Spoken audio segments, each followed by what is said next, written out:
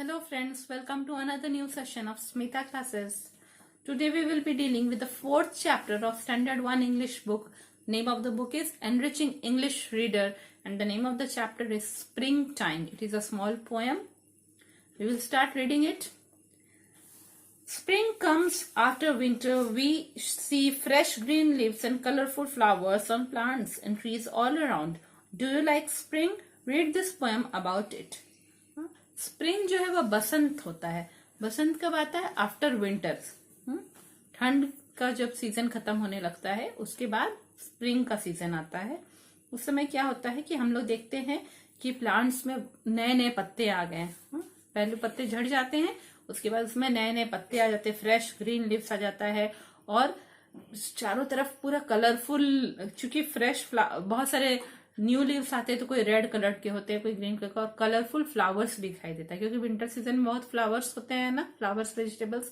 तो हर तरफ हम लोग को कलरफुल फ्लावर्स, अलग अलग कलर के फ्लावर्स दिखाई देते हैं पौधों पर और पेड़ों पर भी दिखाई देते हैं. आपको स्प्रिंग का मौसम अच्छा लगता है? ये बसंत या स्प्रिंग का मौसम अच्छा लगता है? यह पोयम एक स्प्रिंग के मौसम के ऊपर है. Freshly planted gardens, blossoms in the trees, insects flying through the air, humming little बीज.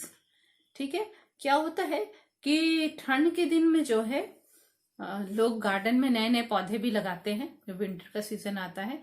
तो फ्रेशली प्लांटेड गार्डन्स मतलब लोगों ने बहुत सारे गार्डन में नए नए जो पौधे लगाए थे वो सब स्प्रिंग के सीजन में आके सब में फ्लावर्स आने लगते हैं, इसलिए बोल रहा है ब्लॉसम्स इन द ट्रीज. एक तो गार्डन में पूरा फ्रेश प्लांट्स दिखाई देता है और ट्रीज में ब्लॉसम्स दिखाई देता है, मतलब ट्रीज पे फ्लावर्स आ गए हैं. Insects flying through the air, humming little बीज. और जब ना बहुत सारे फ्लावर्स होते हैं ना प्लांट्स में, तो बहुत सारे इंसेक्ट्स उड़ उड़ के आते हैं, वो फ्लावर्स पे बैठते हैं, फिर वहां से नेक्टर लेते हैं, है ना, फ्लावर का जो पराग होता है, रस होता है, उसको लेते हैं और फिर दूसरे फ्लावर पे बैठते हैं. तो उसमें बहुत इंसेक्ट्स दिखाई देते हैं. Insects flying through the air, humming little बीज. और छोटी छोटी ये जो मधुमक्खी सब है घूम घूम ऐसे करके आवाज करके घूमती रहती है ना, तो उसी उनके आवाज को ही हमिंग बोलता है. हमिंग लिटिल बीज, वो इस तरह से आवाज कर करके उड़ती रहती है. आवाज कैसे होता है? वो जो पंखों को अपने बहुत स्पीड से हिलाती है ना, उसी से वो आवाज सुनाई देती है. तो इस तरह छोटी छोटी मधुमक्खियां भी घूमती रहती हैं, छोटे छोटे इंसेक्ट्स भी, बटरफ्लाईज भी दिखाई देते हैं. Children playing hopscotch, kite tails in the sky, bunnies hopping in the meadow, bluebirds flying high. ठीक है, अब उस समय हम लोग क्या देखते हैं कि बच्चे हॉपस्कॉच खेल रहे हैं. हॉपस्कॉच एक गेम है कि फ्लोर पे या रोड पे ही वो लोग क्या करते हैं, किसी अगर मिट्टी वाला रोड है तो वो एक लकड़ी से उसमें स्क्वायर्स बनाएंगे, स्क्वायर और बहुत सारे स्क्वायर्स बनाएंगे या रेक्टेंगल शेप का बनाएंगे, या फिर अगर रोड पे खेल रहे हैं तो वो रेड पत्थर एक होता है उससे उठा के उस पर ड्रॉ करेंगे या चौक से ड्रॉ करते हैं और उसमें वो लोग जंप कर करके एक एक स्क्वायर को क्रॉस करते जाते हैं. तो ये हॉपस्कॉच गेम होता है. तो उस समय हम लोग देखते हैं कि बच्चे बहुत हॉपस्कॉच गेम खेल रहे होते हैं. और वो सीजन जब होता है उसमें लोग बहुत काइट्स भी उड़ाते हैं. तो स्काई में हम लोग को, चूंकि स्काई में काइट्स बहुत ऊंचे पे उड़ रही है तो काइट तो दिखाई नहीं देती, पर उसके जो लंबी लंबी टेल्स होती है, उनकी पूंछ होती है, वो थोड़ी थोड़ी दिखाई देती है. Kite tails in the sky. Bunnies hopping in the meadow, जहाँ पे बहुत ये हिल्स होता है, हाँ पहाड़ है, छोटे छोटे पहाड़ के पास का जो एरिया है जहाँ उस समय फूल खिल जाते हैं, पूरे पहाड़ के पास जो वैली एरिया है जहाँ पे बहुत सारे फूल खिल जाते हैं, गार्डन्स होते हैं, वहां पे हम लोग देखेंगे कि रैबिट्स इधर उधर हॉप कर रहे हैं, रैबिट्स इधर उधर जंप कर रहे हैं, जा रहे हैं ना. जल्दी तो दिखाई नहीं देता है, बहुत कम ये दिखाई देता है, पर bunnies hopping in the Medo, rabbits जो है फ्लावर गार्डन सब में वहां पे इधर उधर हॉप करके जंप कर करके जा रहे हैं. Blue birds flying high. ठीक है, और ऐसे कुछ बर्ड्स होते हैं जिनका फेदर्स ना ब्लू ब्लू कलर का होता है. वो जो साउंड अपने मुंह से निकालते हैं तो वो पूरा एक सॉन्ग के जैसा लगता है, गाने के जैसा लगता है. तो ये ब्लू बर्ड्स को भी उसमें हम लोग देख सकते हैं.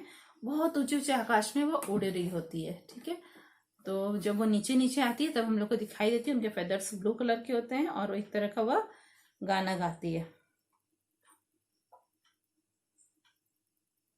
वो गाना गाने वाली बर्ड्स होती हैं.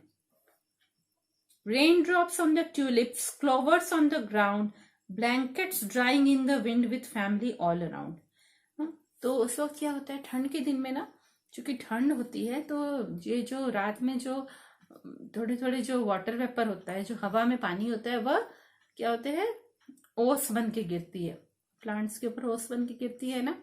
और विंटर, चूंकि स्प्रिंग टाइम में भी कभी कभी हल्की फुल्की बारिश हो जाती है, तो और ये जो ओस गिर रही होती है, फॉग गिर रही होती है, तो हम लोग को ट्यूलिप एक तरह का फ्लावर होता है, तो हम लोग देखेंगे सुबह उठ के ट्यूलिप पे रेन ड्रॉप से, पानी का ड्रॉप्स हम लोग को दिखाई देता है। वो फॉग और वो बारिश के कारण उस पे हम लोग को वो दिखाई देता है, रेन ड्रॉप्स दिखाई देता है। ये ट्यूलिप्स ब्राइट कलर के फ्लावर्स होते हैं, बहुत सुंदर भी दिखते हैं। Clovers on the ground.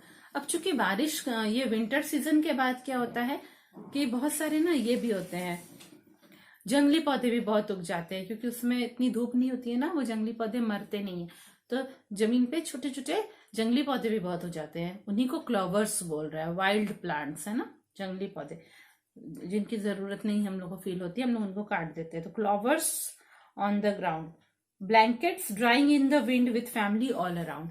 अब चूंकि ठंड का सीजन जा चुका है, स्प्रिंग सीजन आ गया है, तो उस समय लोग क्या करते हैं कि जो भी अपने स्वेटर्स है, ब्लैंकेट्स है, उनको पूरा सुखाते हैं धूप में, और उसमें हवा भी चलती रहती है, इसलिए क्या बोल रहा है, blankets drawing in the wind, हवा में ही हवा चल रही है, और वो ब्लैंकेट्स मतलब कंबल सारे सूख रहे हैं, विथ फैमिली ऑल अराउंड।